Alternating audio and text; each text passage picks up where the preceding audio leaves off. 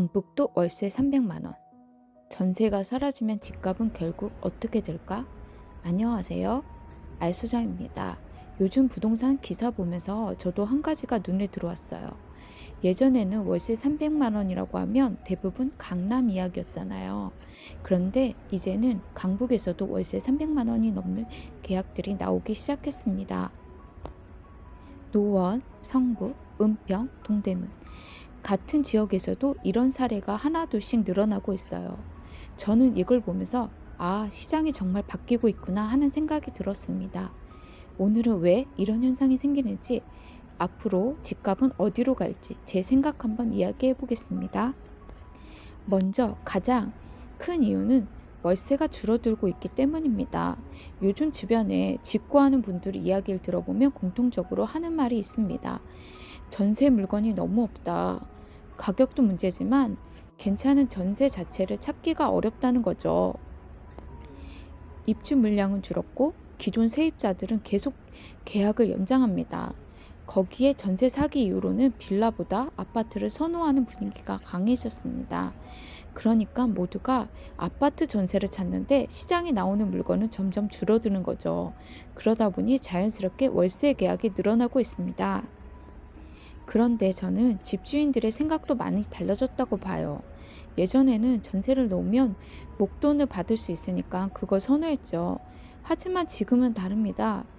매달 월세가 꾸준히 들어오는 게 훨씬 안정적인 수입이 될 수 있습니다.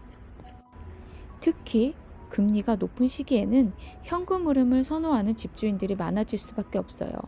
결국 집주인들은 월세를 원하고 세입자는 전세를 원하는데 시장에서는 월세가 계속 늘어나는 구조가 만들어지는 거죠. 그럼 여기서 궁금한 게 하나 생깁니다. 월세가 계속 오르면 사람들은 어떻게 할까요? 예를 들어 월세가 300만 원입니다. 1년에 3,600만 원이고 5년에는 거의 2억 가까운 돈이 월세로 나갑니다. 그러면 많은 사람들이 이런 계산을 하기 시작합니다. 이 정도 돈은 계속 낼 바에는 집을 사는 게 낫지 않을까? 저는 이 부분이 앞으로 가장 중요한 포인트라고 생각해요. 하지만 그렇다고 당장 집값이 폭등할 거라고 보진 않습니다. 이유는 간단합니다. 사고 싶은 사람은 많아도 지금은 대출 규제가 만만치 않습니다.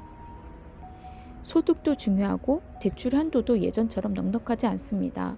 그러니까 사고 싶은 마음이 생기는데 실제로 매수까지 이어지기는 쉽지 않은 시장인 거죠. 그래서 지금은 거래량이 크게 늘었다기보다 관망하는 사람들이 많은 것 같습니다. 그런데 시간이 지나 금리가 내려가거나 대출 규제가 조금 완화된다면 이야기가 달라질 수도 있습니다.